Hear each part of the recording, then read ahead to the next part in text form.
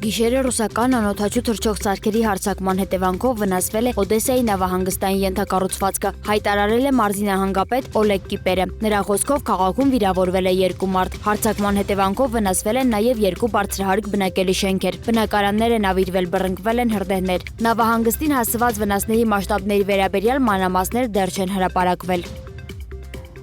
Իրանի արտգործնախարար Աբբաս Արաքչին եւ Լիբանանի խորհրդարանի խոսնակ Նաբիհ Բերին հեռախոսազրույց են ունեցել քննարկելով տարածաշրջանային վերջին զարգացումները։ Կողմերը դատապարտել են Իսրայելի գործողությունները Լիբանանի եւ այլ երկրների դեմ, ընդգծելով հարավային Լիբանանում հարձակումները դադարեցնելու համար միջազգային միջամտության անհրաժեշտությունը։ Արաքչին ներկայացրել է նաեւ Պակիստանի միջնորդությամբ Իսլամաբադում ընթացող բանակցությունների մանրամասները եւ նշել, որ Լիբանանի դեմ ռազմական գործողությունների դադարեցումը Իրանի համար առաջնահերթ է եւ դիտարկվում է որպես Ամերիկայի Միացյալ Նահանգների հետ հնարավոր հրադադարի կարևոր բաղադրիչ։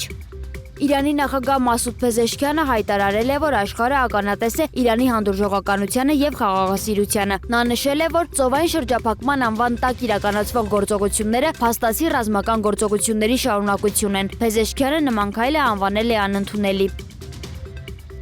Իսրայելի պաշտպանության նախարար Իսրայել Կացը հայտարարել է, որ երկիրը կարող է կրկին դիմել ռազմական գործողությունների Իրանի դեմ, որպեսզի Թեհրանն ապագայում կրկին սպառնալիք չդառնա։ Նրա գրասենյակի հաղորդմամբ Ամերիկայի Միացյալ Նահանգների նախագահ Դոնալդ Թրամփը եւ վարչապետ Բենյամին Նեթանյահուն համակարգում են ջանքերը հասնելու ռազմական արշավի նպատակին։ Կացը նշել է, որ Իսրայելն աջակցում է այն գործընթացին, սակայն չի բացառում, որ շուտով ստիպված կլինի կրկին գործել։